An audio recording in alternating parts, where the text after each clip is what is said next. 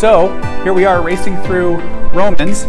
Today we've already made it to Romans 11, and there's 16 chapters in the book of Romans, or the letter to the Roman church.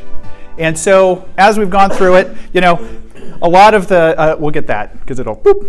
A lot of the, a lot of the chapters in Romans kind of are the same theme over and over from a different point of view, kind of re-emphasizing the same thing. And so obviously a lot of things we talk about every week are going to be very similar, with, you know, a slight different take. This week is no different. Paul, but I'll ask you guys, who is the audience for the letter to the Roman church? I already gave one of them away. The Roman church. Very good, sir. Let's do this. Audience. Roman church. And who is in the Roman church at this point? There's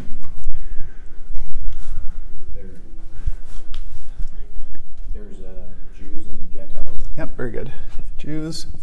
And Gentile means? Non-Jew. Yep, very good. Jews and everyone else. Is Priscilla and Aquila back there in Rome or no? Oh, they might be. Yeah. I don't know if they're there at this exact moment when the letter is delivered. That's a good question. Who knows? Yeah. I know. Stop. So you've asked something off script, so I don't know the answer. I'm joking, Lauren. I'm joking. It's a good question. There's another name for Gentile that Paul uses. Do you know what that is? Uncircumcised. Yeah, you could say that's another one. We'll take that answer. Ding, ding, ding. Uncircumcised. There's another one. Greek. Yes, sir. Greek. What did you say? Greek. Oh, Greek. Greek. And Greek in this sense means what? When I say Greeks, what do I mean in the first century? Non-Jew. Kind of not. What does it mean to be Greek in the first century? Does it have to do with your racial profile? Does it have to do with the region you live in? Yes, it's your civilization. What? It's a culture. Culture. I was going to say, like, they follow many gods. They do. That is part of their, culture. To be Greek in this sense means to be civilized or to be cultured, or more specifically, to follow the Greek culture. So you speak Greek or write it. You participate in the culture of the Greeks, which include their religion, the gods that they follow, the activities that they tend to participate in, like athletics, the gymnasium, education, so on and so forth. But in general, Greek was kind of in a way, a bit of a racist term for the first century because it referred to people who were civilized. And if you were not Greek, barring religion, you were either Greek or you were a barbarian. No, seriously, that's the Greek word, barbaros. You were a barbarian, meaning you were not civilized. Okay. So this is a good thing. What? Anyone else here in the Roman church?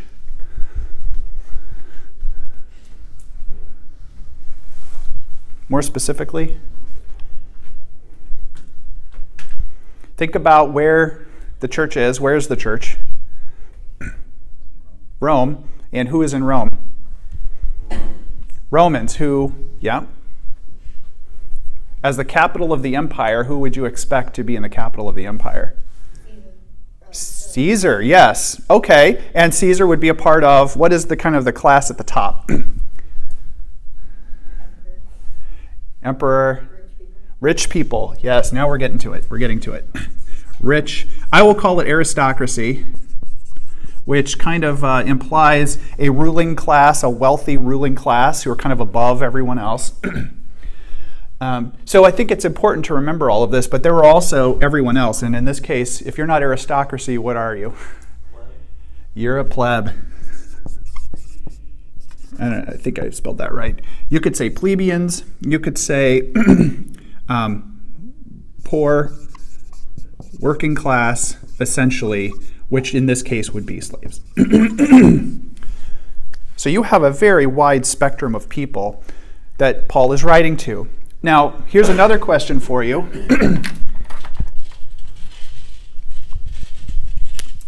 It sounds like you're getting static from You can hear space. that too. I can, I wonder unfortunately. what that means. Well, I don't know. Maybe we need to just talk louder. I wonder if maybe it needs new batteries. Probably Maybe. does. I'm sorry, sweetheart. Yeah. I'll try and talk loud for you, okay? Or afterwards, you can just replay this and turn it up to 10. Yeah. Okay. So, train of thought. Woo! Okay, let's go back. So who was Paul speaking to? Now, Paul is a missionary, or we also call it apostle, right?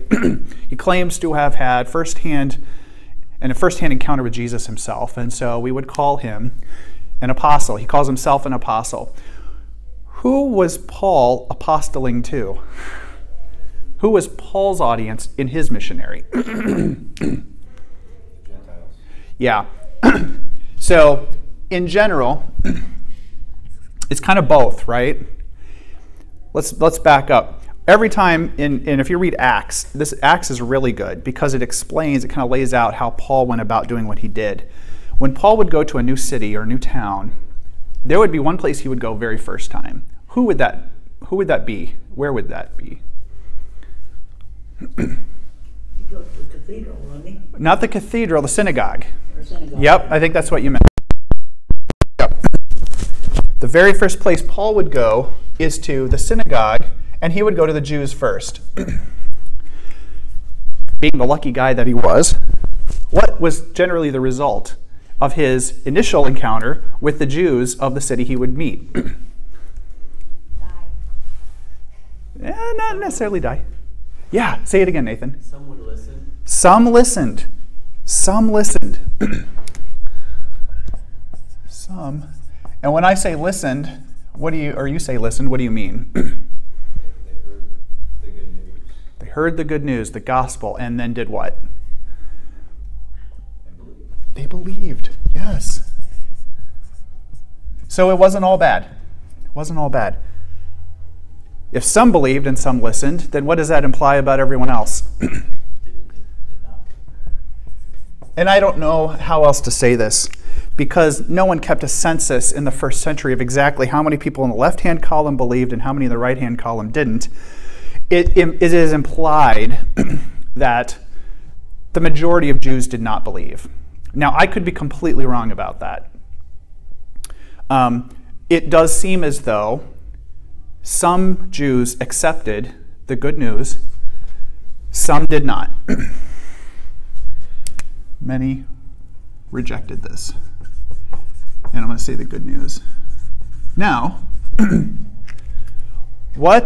after he dealt with that group of people, the Jews, then he went on to who? Gentiles. Yeah. Then it was on to the Gentiles. And so I think what you find as you read Romans is he is talking to both.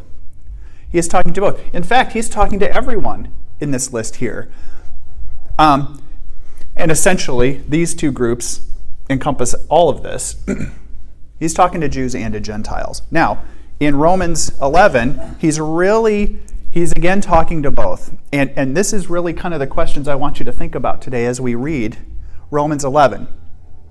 Who are God's elect, in air quotes? Another one is, what were Israel's so-called trespasses? Did they have trespasses? What were they? Ooh, this is a good one. What doors did those trespasses open, if any? Yeah, I'll do that. If any. We have symbol. Look, the New Testament is full of symbolism. Romans is no different. Paul refers to the olive tree quite a bit in Romans. What does that olive tree represent? And finally, Paul refers to a great mystery. What is Paul's mystery, at least in Romans 11? There may be many mysteries. Okay, so think about those. We're also going to do a few Old Testament references here as we get through this, because again, as you read through the book of Romans, almost every chapter in Romans references the Old Testament. Why would Paul reference the Old Testament? To show that he knew the Jew part. That- He's a Jew Uh-huh. and Pharisee up high in the Pharisees. Yeah. Okay, so it's his street cred.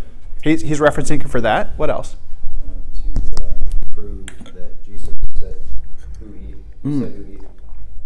Jesus is who he said he is. Nice. To fulfill prophecy Uh-huh. in the Old Testament. Great. So he's showing that the Old Testament had prophecy and that Jesus, and through his ministry, was in fact who was predicted in the Old Testament. Very good. Okay. Let's go ahead and read Romans 11.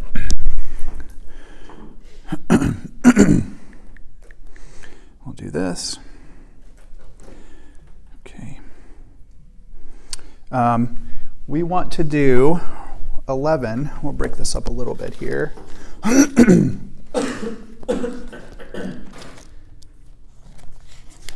That's 11. Let's do 1 to 10. I ask then, has God rejected his people? By no means, for I myself am an Israelite, a descendant of Abraham, a member of the tribe of Benjamin. God has not rejected his people whom he foreknew. Do you not know what the scripture says of Elijah, how he appeals to God against Israel? Lord, they have killed your prophets, and they have demolished your altars, and I alone am left, and they seek my life. But what is God's reply to him? I have kept for myself 7,000 men who have not bowed the knee to Baal. So too, at the present time, there is a remnant chosen by grace. But if it is by grace, it is no longer on the basis of works. Otherwise, grace would no longer be grace. What then? Israel failed to obtain what it was seeking. The elect obtained it, but the rest were hardened. As it is written, God gave them a spirit of stupor, eyes that would not see, and ears that would not hear, down to this very day.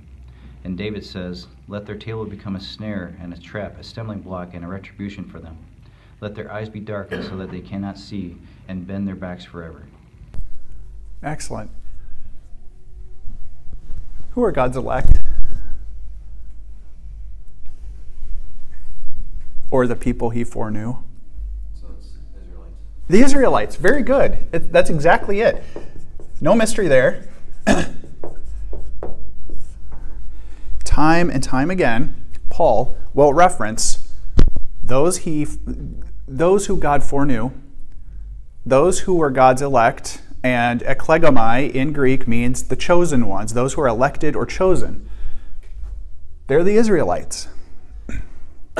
Or the Jews. So, it's important to remember too, terminology here, you'll get 3 different names of the group of people who are called the chosen ones: the Hebrews, the Israelites, and the Jews. In some ways they're the same, in some ways they're a little bit different. By the 1st century, Israelites and Jews are essentially synonymous. I'm not going to go into how they're different. But yeah, it's the Jews, it's the Israelites. What is the remnant?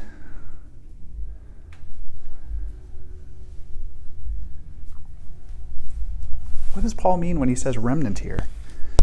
It says that there's a remnant that those who have not bowed the knee to Baal. 7,000. Who is Baal? False god. False god, primarily big during when? When in history? Was Baal a big deal? It was after they settled into Canaan. Exactly. Time of the kings. Exactly, yes. The time of the kings, you're both right. The Israelites settle in the promised land, which is called Canaan. The Canaanites had many gods, a pantheon of gods, but their chief god of weather, of storms, of productivity and fertility, of the earth and nature, the king god, if you want to kind of make a parallel with Greek history, this would probably be Zeus, was Baal. Baal was the chief god, and his name also means Lord. Baal, in an ancient Semitic or Canaanite language, means Lord. The Israelites would change that, those who truly believed in Yahweh, Jehovah, would change that name to Baal-zebub, which meant Lord of the what? Flies. And what do flies tend to congregate on? Dead is a nice way to say it. Say it again. Rotting corpses. Corpses. Manure. There, we got it. There was a reason the Israelites said Beelzebub. It really literally means Lord of the poop. And that was on purpose. So Baal is this false god. He's coming back around here. He's making a claim. Remember, during the time of the kings of Israel and Judah, Israel's greatest problem that they wrestled with was paganism, was foreigners who lived in Canaan, and there was always people living in Canaan who were not Israelites, worshipped false gods, and Baal was their chief god that they worshipped. When it got really bad, at one point, during the prophecy and mission of Ezekiel, or I'm sorry, Elijah, Ezekiel, Elisha, okay. During the time of Elijah, it got so bad that it seemed as if there was no Jehovah worshipers left in all of Israel. It got so bad. And look, how many of us have been there where we feel like we're the only ones, right?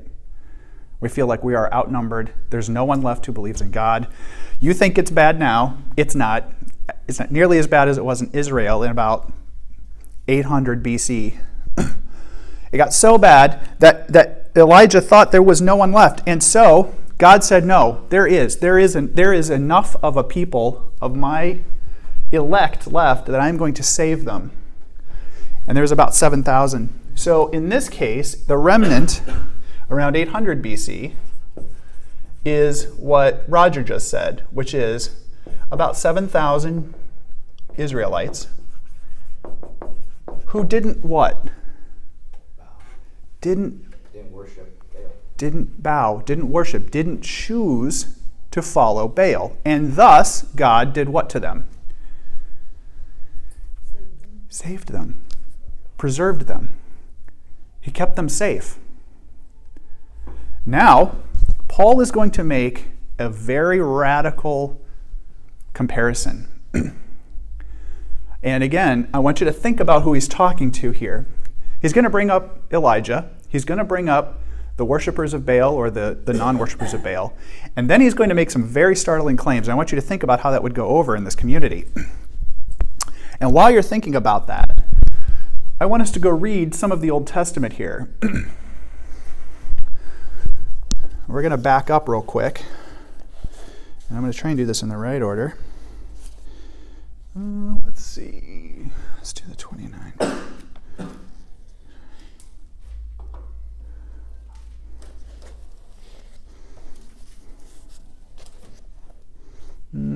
Maybe I'll wait for that for just a minute.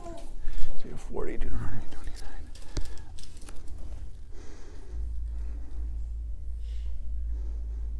Okay, I'm going to wait on that, actually. We're going to go a little further in Romans here first. But just in general,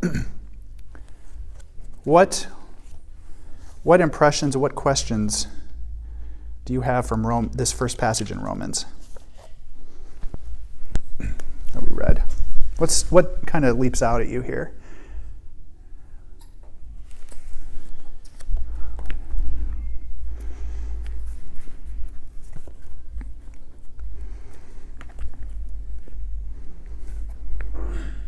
What does he say in verse 5? So too at the present time there's a remnant chosen by what? Yeah, grace. Here we go again with grace. Here we go again with grace. And is no longer by what? Works. If you think back to Romans 10, Paul makes a very specific claim. He says, your zealousness of following your religion, Jews, fellow Israelites, is not good enough to save you. He makes that statement. You are very fervent in your worshiping and your religion and your following of laws.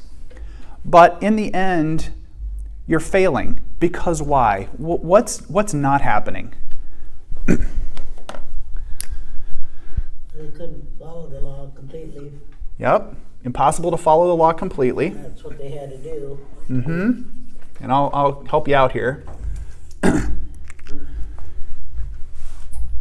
Paul, again and again in Romans, makes this claim. You keep following, or apparently following God with your works. And here works can also be called the Mosaic Law, right?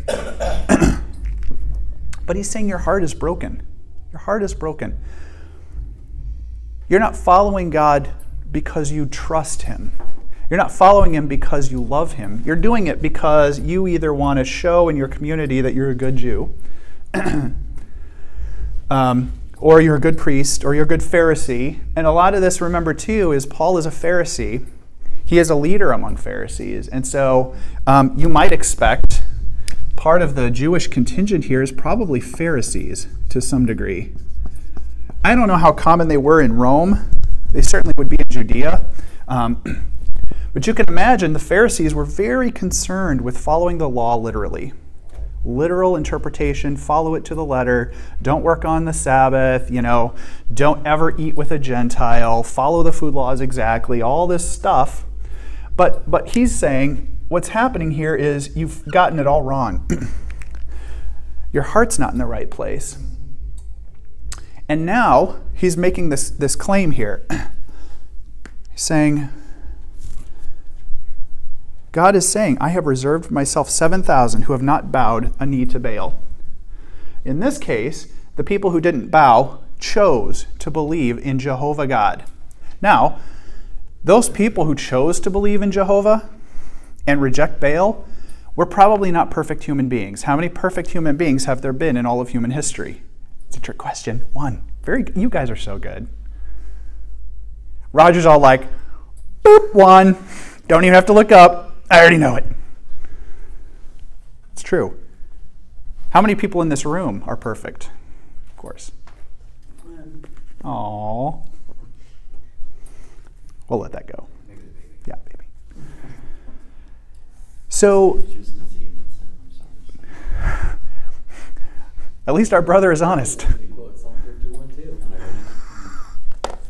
We love you, Jeremy. So here's my question for you. How many of these people who were saved in this remnant deserve to be saved? Here we go. You can do it. Ready? Boop. Was that the magic mic? I turned it off. Oh. Okay. I got a message. Okay. All right. It's good. It's a perfect time to get a message. So I think we're getting at here, how many people in this remnant deserve to be saved through their works? This is an important one here. We're shaking our head. 0. And you would be right. They chose to follow God. They chose to believe in Jehovah. Their works were not perfect. They did not deserve to be saved, but yet he saved them. This is an important distinction, meaning they still chose to follow Yahweh. They still chose to follow Jehovah. They weren't just people picked off of the street who were already worshiping Baal. Now, that exact kind of comparison to the first century, which for Paul is the modern era. He's going to say, there is a remnant of you, Jews, who are still going to be saved and are going to be preserved. And again, it's going to be through this word, grace, that we keep running into over and over and over again in Romans. What is grace? Unmerited favor. Wow. What does that mean? Getting what you don't deserve. Oh my gosh. Unmerited favor. Getting what you don't deserve. And to the cynic, does it imply you're getting what you don't deserve, meaning I'm a good person and I'm getting screwed here? Or is it the opposite? It's the opposite. What, were you going to say that or not? Oh, I wasn't going to say Okay. It implies a good thing here. Because the opposite is, I'm doing everything I should and I'm a good person and things are still happening to me that are bad. That's not what we're talking about here. Unmerited favor, getting what you don't deserve. Now, in a spiritual sense, what does grace imply? eternal life. Yeah. Eternal life. And with the Father. What does that imply? Does that imply something bad? No, that's perfect. That's promise. Perfect. perfect. It's wonderful. It's joy. You know, the Bible says there will be no sadness, there will be no sickness, there will be no death, there will be no suffering, there will be no tears. Goodness gracious, I can't wait for that. No more weeds. No more weeds? That's awesome. More dead trees in my farm. I just imagine all the commercials that come on this time of year on the radio, like, do you have, you know, Velvet Leaf, Cocklebur, right? You know, use product X. Yes, that's exactly it. No more weeds. Grace. And he keeps using it over and over again. And if by grace, then it is no longer by what? Law. Yes. Law and works, and in this case, synonymous. If it were, what does he say? Then grace would not be what? Necessary. Yes. This is fundamental, guys and gals. This is fundamental.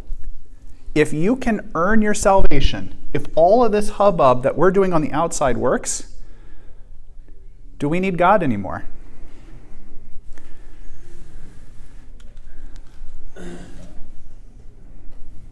No. We don't.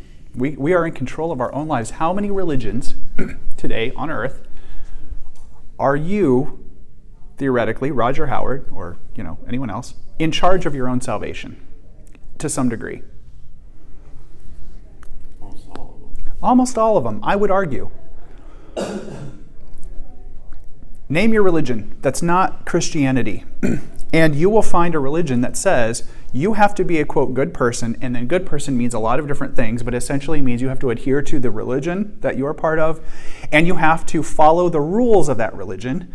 And if you do it enough and well enough, and you check enough boxes on that list, there is some kind of positive outcome for you that we'll call salvation. That means many things to different people. But essentially, you're in charge. You're the captain of your own boat. How seductive is that message in today's day and age, that you're the captain of your own ship? Yeah. Everybody's doing it. Everybody's doing it. That's kind of the thing, right? Go to your next Tony Robbins seminar. Look, I'm picking on Tony Robbins. Go to your next Tony Robbins seminar. You're in charge of your success. You're in charge of your own achievement. You can make your life different, right? Well, and to some degree that's true. But now apply it to a religious sense. You follow the rules of our religion, and you do whatever the priest or the imam or the spiritual guide tells you, and you are going to be saved. In fact, there are some religions, which I won't mention, in which they say God of the universe will weigh your good works and your bad works on a scale. Roger Howard, I keep picking on you. Here's your scale. Here's your good works. Here's your bad. Let's just heap them up. What do you think is going to happen? Does your heart outweigh a feather? Yep. I think if you believe, if you truly are an intelligent creature, I think all of us would say whatever specks are in the good category would never outweigh the overflowing bad. I heard a minister say one time that he wouldn't give the best 15, he wouldn't trust the best 15 minutes of his life to get him to heaven. Nice. That's perfect, Lorna. Because we're flawed. Yeah. We're forgiven, Mm-hmm. but we're flawed, Yeah. Even the good works that we do are filthy rags compared to the grace. Nice. That's it. That's scripture. Yeah, exactly. Think about that. That's when pride gets in there. Yeah. Because what happened, this is exactly it. Let's, explain that. Your best 15 minutes, your best works are filthy rags. Why? Yeah. It ain't enough. I make the analogy, Can't do enough. right? You can't do enough. And again, it's not just that you can't do enough, it's what was the motivation. And I pick on the fact that, people who give to charity, especially those who are wealthy, and give to large organizations, tend to get their name put somewhere. In a book, on a plaque, On the wall, go to a any public park in Johnston, and you'll see a wall somewhere with a plaque on it with people's names on it. There's a reason for that. Why? They want the world to know what they did. They want the world to see how great of a person they were. Now, in some ways, they are also doing a very good thing. I'm not picking on that. But I'm saying, what was the motivation for that? You will very rarely see the word anonymous on a plaque, in a book, on a list, on a wall, in a brick. Why?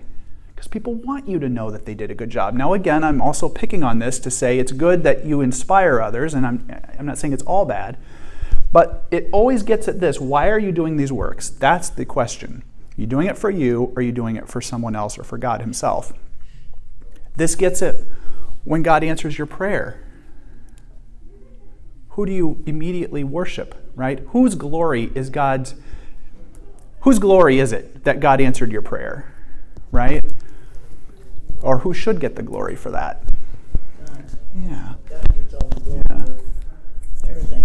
But isn't it true, Lorna, that you're the captain of your ship, and how many of us pray for something but also maybe sometimes do our own part? How seductive is it? Yeah. That's one way, right? Here, if you could just give me the following, and here's how I want you to do it. Yes. That's one way. Isn't that silly? It's not silly, it's human nature, sweetheart. That's exactly it. I'm also saying that in the end, it's seductive for us to say whatever we've asked God for and he's given us. It's easy for us to look back and say, well, I did my part too. Well, I did work hard for that.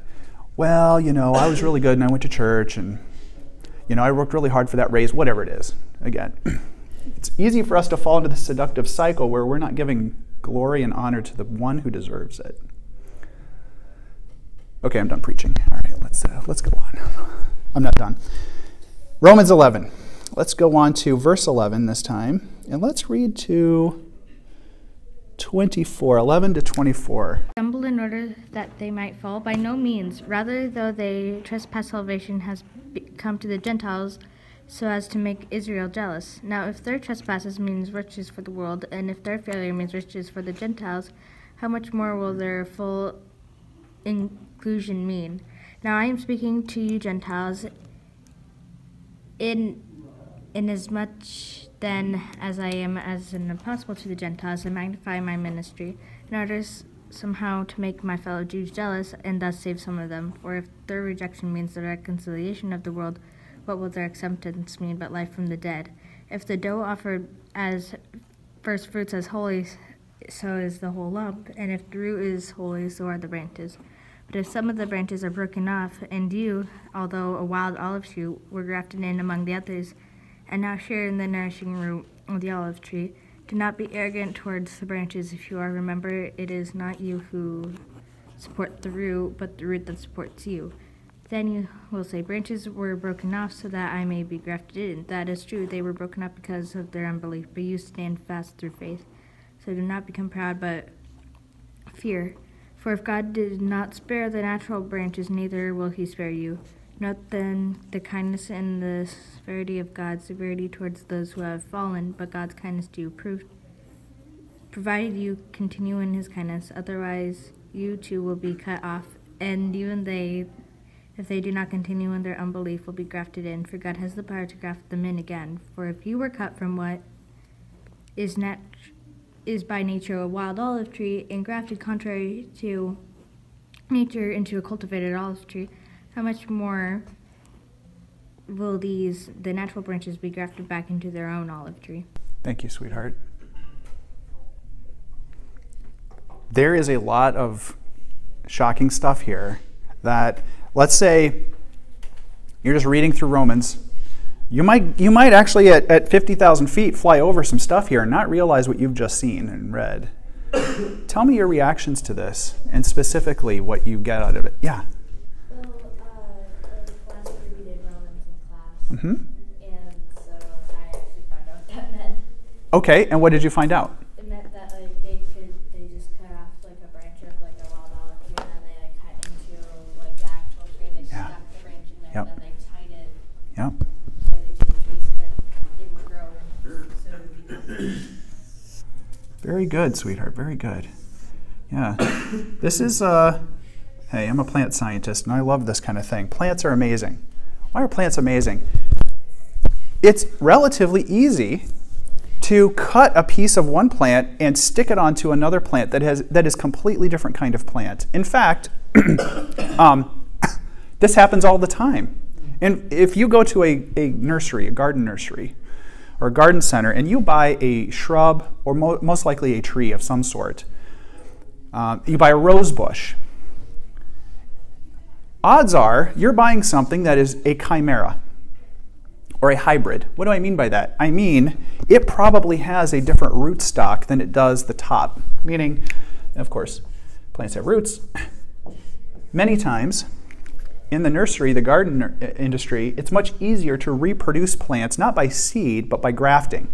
So what'll happen is, someone will take a type of plant that produces something very good. It has really good flowers, or really good disease resistance, or it is really good for the landscape, etc., etc. Problem is, to reproduce that product, which is often a hybrid, or sometimes can't even produce seed on its own, it's impossible to reproduce through seed, the industry will take cuts of the plant that they like. They will just cut it up into pieces. And guess what? They will take the rootstock of a plant that sucks in ways, and what do I mean by that? I mean the rootstock of a plant that conveys maybe disease resistance, insect resistance, whatever, but the plant itself is ugly. That plant doesn't look good. Maybe it doesn't produce well on its own. It might never flower, something like that. What they'll do is they'll take the rootstock of that plant and they will just graft in the piece of the really good plant. They'll make a cut, they'll stick the two ends together, and wouldn't you know it, often those two will grow together like they are the same plant. Plants' immune systems are different than humans and vertebrates. You can't just take Nathan's arm and cut it off and stick it on, a stump that Roger has. It doesn't really work very well, right? And even if it were to kind of stick there, odds are his body would reject it. It wouldn't grow and develop. If he was a child, it probably wouldn't grow and develop properly. Anyway, this is the great thing about plants. So here's your plant science for the day, right? Get this. It turns out in olive trees, it takes years, even decades, for olive trees to produce fruit. Fruit is the olive, right? Investing in an olive grove is a huge commitment that is a generational focus. If you are a middle-aged person, you decide to start an olive business and you don't have any plants, and you're planting your olive trees from seed, or you get some small saplings, you're looking at decades before your business is profitable, before your trees get to the place where they're producing enough olives that you can actually make money on it. So what ends up happening is the grafting of olives together is very common, because you may do what I just showed you here, which is you go get some olive trees that are already producing and you graft them onto some sapling rootstock or something like that, so you can kind of jump ahead, right? You're going to start getting olives much faster. Or you might have wind damage, you might have storm damage, you might have your kids go climb the olive tree and it breaks in half, right? Well, the good news is, if most of the tree is still functioning, you can go get some other trees that maybe are not as far along, not as big, whatever, and you can graft them all in. and you can keep your production going. What does the olive tree represent in Romans 11? Say it again.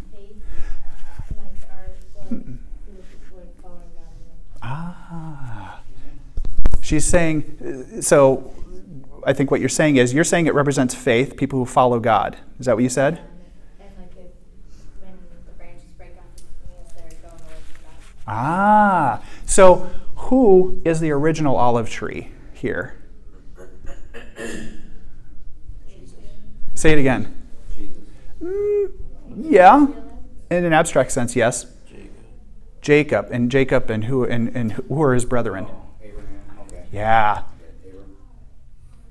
Who is who? Who are these people? The people of God, the Israelites. Yeah, exactly. The original olive tree is the Israelite nation. Guess what happens? According to Paul, what happens to that, that olive tree? Yeah, it got bigger. But what happened to some of the branches? Died off. Yes. They stopped producing fruit. And this is what happened. They started to die.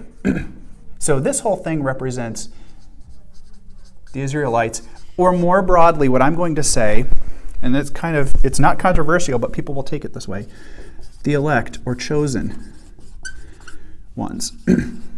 Meaning, this tree represents the people who God has promised salvation to through his covenants and through his grace. Now, as it turns out, this was originally the Israelites, right? Through all of, the past 2,000 years, if you're Paul, the past 2,000 years, it's been the Israelites. But what happened here is what Nathan said. Part of these branches started to die. They started to wither. And they stopped producing fruit. What did God do when that happened? He cut it off. He cut those branches off. Does that represent that we quit producing, telling people, trying to get people to come to church or tell them about Christ, if we stop doing that, then we're one of those limbs that stops producing? Consider therefore kindness and sternness of God, sternness to those who fell, kindness to you, provided that you continue in his kindness. Otherwise, you will be what? The sound is so much better. Cut off. If they do not persist in unbelief. But how do you get cut off? How do you get cut off? It's very clear in verse 23. It says it right there. You persist in what? Yes, this is key, folks. Unbelief. Why did these things happen? All of these things are the result. The cause is what verse 23 just said. Unbelief. Unbelief. But if you look at verse 23, there's also an element of hope there. Yeah. Because if they do not continue in their unbelief, they will be grafted in. Excellent. For God has the power to graft them in again. Yes. So they've been cut off already. They lost their salvation. And then God extended grace because they didn't believe and grafted them back in. Now, that is absolutely true. And that's the end. That's kind of where we're leading here, which is Paul is saying, okay, Israelites, you're going through a trial right now. Some of you are being cut off because you don't believe, because your heart's wrong, because you're not following God with righteous love. You're following him out of zealous attempt to follow rules that can't be followed. In their place, in the place of these Israelite branches that have been cut off, who gets grafted in? This is a big one. Gentiles. Look in the mirror. Gentiles. Right? If you're a Gentile, look in the mirror. Aren't we glad? Praise the Lord. Yes. Guess what? Now, I'm going to do different colors, and I'm going to be all weird and wild here.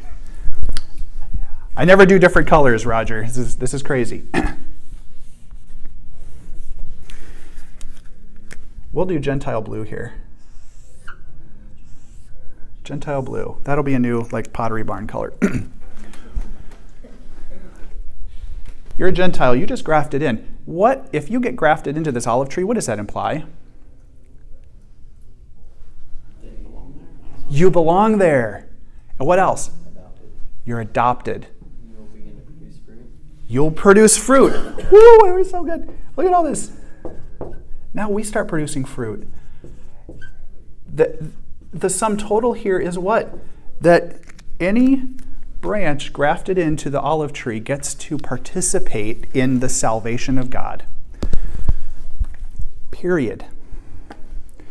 And the Jews that fell away Yeah. be grafted back in since it's their original as much as we grafted in. That I believe, Lorna, is the core message of Romans 11. Don't worry, Israelites. Well, kind of worry. Kind of worry. Some of you have been cut off, and that's a good thing. But you will be eventually, if you believe, and if you come back to God, you can be grafted back in. In the meantime, salvation is for who? Everybody. Everybody who what? Believes. Believes what? Jesus is the Son of God. Boom. Jesus is the Son of God. Salvation is for anyone who believes that Jesus is, in fact, the Messiah, the Son of the living God, who was predicted in the Old Testament. In the meantime, and this is the part, now I'm going to tell you right now, there's a reason why the Jews of the first century, even today, have such a hard time with Christianity. In a way, it's Romans 11. It's what Romans 11 is saying. And I can understand their point of view. I can understand it. You're telling me that I'm the chosen people of God, but you're cutting me off for someone who isn't the chosen people of God? That's hard for them to get. And here's the clue here. This was always part of the plan, folks. This was always part of the plan. And this is I think, where the stumbling block happens. Let's read it. Let's read, knowing that this was always part of the plan. This is not a surprise. You feel like reading? You want to do 29. Yeah, Isaiah 29, 13 to 14. Then the Lord said, because this people draw near with their words and honor me with their lip service, but they remove their hearts far from me, and their reverence for me consists of tradition learned. Therefore, behold, I will once again deal marvelously with this people, wondrously, marvelously, and the wisdom of their wise men will perish, and the discernment of their discerning men will be concealed. What is that saying? What's the take home there? They're following the traditions of man other than the commandments of God. They're not, And they meaning Israelites, yep. they're not living God with their heart, soul, strength, and mind. Boom, right there. Deuteronomy 29, let's do that one. And Moses summoned all Israel and said to them, You have seen all that the Lord did before your eyes in the land of Egypt, to Pharaoh, to all his servants, and to all his land. The great trials that your eyes saw, the signs and those great wonders. But to this day the Lord has not given you a heart to understand, or eyes to see, or ears to hear. This is a tough pill to swallow, that one. Moses just said what? You all literally just came out of Egypt. I just showed you, God. I just showed you all my wonders. 10 plagues. Fiery pillar. Parting of the Red Sea. Manna from heaven. Water from the rock. And then, after 40 years, how many of your clothes wore out? How many of your sandals wore out? I took care of you. Caleb and Joshua was the only ones that got through the 40 years and saw the promised land. And very few of them, right? Yep. Very few of them actually made it. What is he saying? He's saying, even after all that, you still didn't believe. You still didn't believe. You still rejected me after all that. Jesus makes a very similar claim. Look at how many people saw my miracles and still wanted me dead. I told them truth, and they hated me for it. God's response is this: fine. Fine. After all that I've done for you, if you continue to reject me, what am I going to do for you? What am I going to do? I'm going to cloud you. I'm going to cloud your sight. I'm going to cloud your thoughts. I'm going to hide myself from you. People have a hard time understanding this. When you choose to reject God, God can choose to hide himself from you until you change your attitude. You know? Why did Jesus speak in parables? It's to shame the who? The wise. Yeah, it's to shame the wise. People have thought they had it all worked out, but they didn't, because their heart wasn't in the right place. That just brings to mind Yep. when Jesus called his first disciples. Yep. He didn't call the Pharisees. He didn't call the Sadducees. I mean, he was even rejected in his hometown. Yeah. And then he went around, he was healing people, Yep. diseases, casting out demons, and all that stuff. And he goes to these fishermen. Mm-hmm. And even after a hard night of going out and not catching any fish, Jesus says, cast your nets out. Yep. And they're cleaning their nets, and they're done for the night. I can only imagine, like, okay, I didn't catch anything all night, but because you say so, I will. Yep. So then after they saw that, with all that fishing, they Yep. believed, and then he left everything for him. Love it. So instead of going to the wise, what Yep. people thought was wise, the Pharisees, Sadducees, the scribes, and all those other people that were pious on the outward, Yep. he went to fishermen, I love it. the lowest of the low. And it's just, that's who we are Yep. as the Gentiles. So. That's an excellent point, Roger. And in the end, he didn't go to people who were pious, who were priests, who were following, people who in society you would say were following the Israelite law. He went to people who what? As soon as Jesus said something, what did they do? They believed. They followed him. Now, it wasn't easy for them. And in some cases, it was, we know that it wasn't easy for them to do this. But they tried. And as soon as they believed, God opens their eyes. He blesses them. But for the Israelites, Paul is making a very controversial claim here. He's saying, I'm going to harden your heart, Israel. I'm going to harden it so you won't see or hear or understand what I'm doing. Let's finish this out with Isaiah 40. This is a big one too. Who has measured the Spirit of the Lord, or what man shows him his counsel? Whom did he consult, and who made him understand? Who taught him the path of justice, and taught him knowledge, and showed him the way of understanding? Who tells God what to do? Well, who tries? Everyone. Who should be doing that? No one. Who's in charge? God. Excellent. You guys are so good. I make it easy. It's like Mad Libs, but it's easy, right? I don't know. I like in Job when God comes to speak to Job. Oh, yeah. He darkens counsel with that speech. Gird yourself like a man. I love this. Prepare yourself. Love it. You think you know. This is exactly it, guys. This is exactly it. Who do you think you are? I am God of the universe, and I have given you so many chances. You rejected me. You weren't righteous with your hearts. You pretended to be righteous with your law following, and I cut you off. And it's going to last for a while. Let's finish out Romans 11. Roger, you want to just go ahead and finish Romans for me? Thanks. 25 to 36, please. Lest you be wise in your own sight, I do not want you to be unaware of this mystery, brothers. A partial hardening has come upon Israel until the fullness of the Gentiles have come in. And in this way all Israel will be saved, as is written, the deliverer will come from Zion, and he will banish ungodliness from Jacob. And this will be my covenant with them when I take away their sins. As regards the gospel, they are enemies for your sake. But as regards election, they are beloved for the sake of their forefathers. For the gifts and the calling of God are irrevocable. For just as you were at one time disobedient to God, but now have received mercy because of their disobedience, so they too have now been disobedient, in order that by the mercy shown to you, that also may now receive mercy. For God has consigned all to disobedience, that he may have mercy on all. Oh, the depth of the riches and wisdom and knowledge of God! How unsearchable are his judgments, and how inscrutable his ways! For who has known the mind of the Lord, or who has been his counselor, or who has given a gift to him that he might be repaid? For from him and through him and to him are all things. To him be glory forever. Amen. What is the great mystery that Paul is talking about here?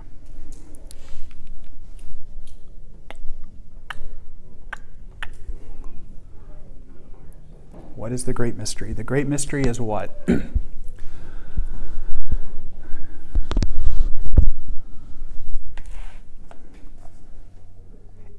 It's in verse 25. It starts in verse 25. Israel has experienced a what? A hardening of the heart. So here's the mystery. Israel is being hardened.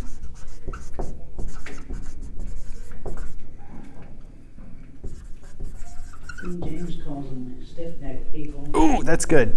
We're all stiff-necked, though. They were stuck. Maybe I'm Jewish. I don't know. They're being hardened. And why are they being hardened? Because what? They're not producing fruit. They are rejecting God's Messiah. So, They're go ahead. rejecting the Messiah, but they're also leaning on that they are Abraham's disciples. Yes. Dude, I'm good. I'm a We're on the Jew. olive tree, so we don't need. Yeah. We're already here. That's good. This So is great. The hardening to be seen is when you cut a branch off, it dies. So they've already stopped producing fruit, and then Yep. they're cut off. And, Yep. but then that brings the question. He says that they could be grafted back in. And Yes. What would happen if they've been cut off? So here, let's go through step by step. So Israel, let's do this. Israel rejecting Messiah. They're being hardened. Then they're cut off. So you notice I cut almost all of the Hebrew branches off. What gets grafted in their place?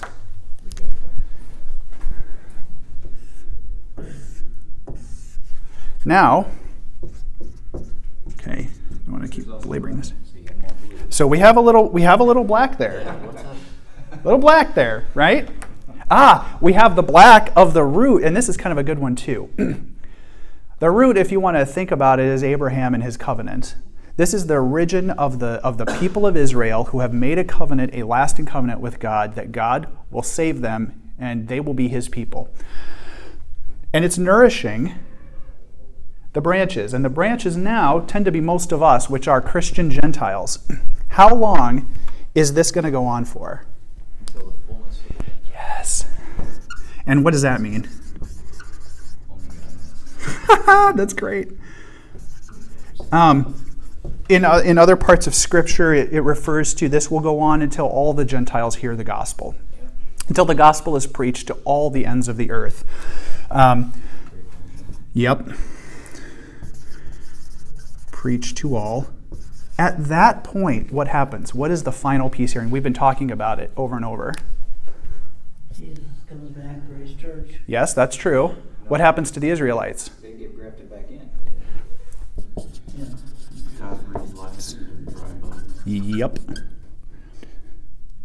This is big, folks. This is so big.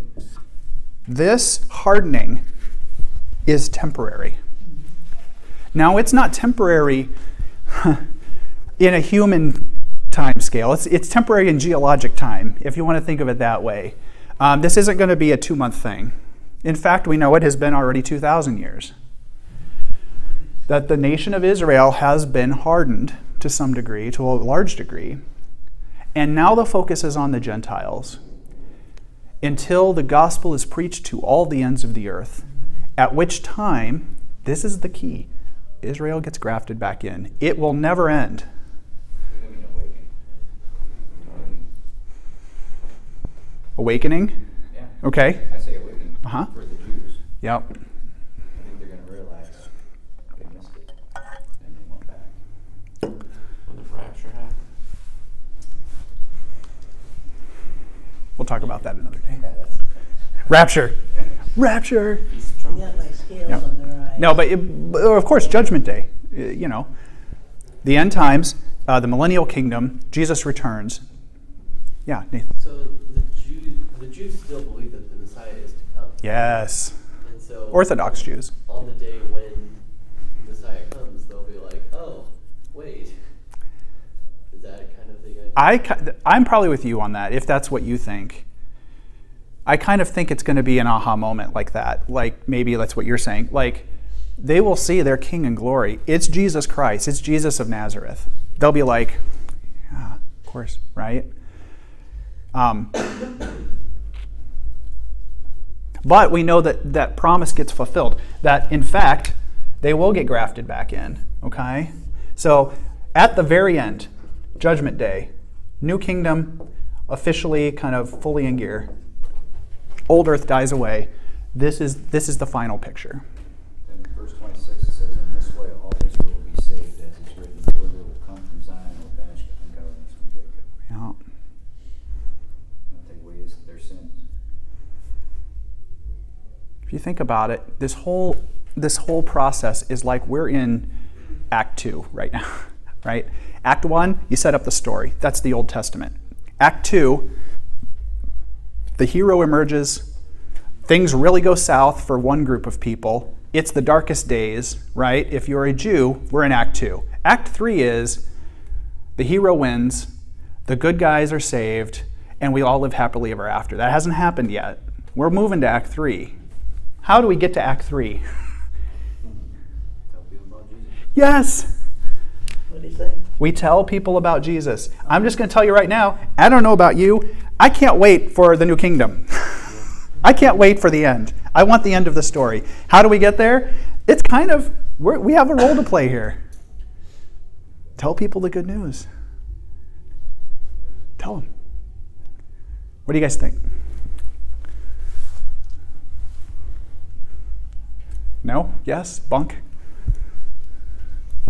The Bible says every knee will bow, Mm-hmm. to him that he's Christ. So, you can bow and be saved, or bow and take judgment, Mm-hmm. Yeah. God's wrath. Mhm. Right? I hope to be saved. Yes, you're absolutely right, sweetheart.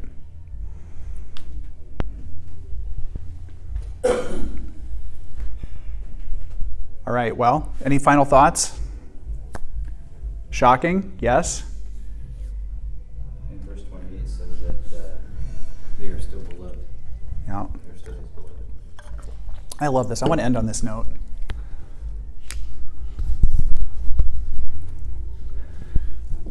They are still his beloved. Don't be anti-Semitic. Please, don't be. Why? Because if you are a Christian, your roots are Jewish. You're being nourished by the Jewish nation and by God's covenant with them. If you cut yourself off from them, guess what happens? Don't cut your own self off from them. Don't discriminate. What does Semitic mean? It means being anti-Jew, essentially. Anti-Jew? Yeah, anti-Semite. Yeah, Not exactly. it's It means from Shem. A lot of people think it indicates that you're white. But I haven't investigated that portion of it, but it means you're from Shem. yes, that's the true origin of the word Semite. It means you're from the son of Noah, Shem. But it also, in today's language, means that you have a racism against Jews, right? So yes, it's a long story, but what I'm telling you here is we're getting off at the very end here. We need to remember that in the end, the Jews they will participate in the fullness of salvation as is promised by the Old and the New Testament.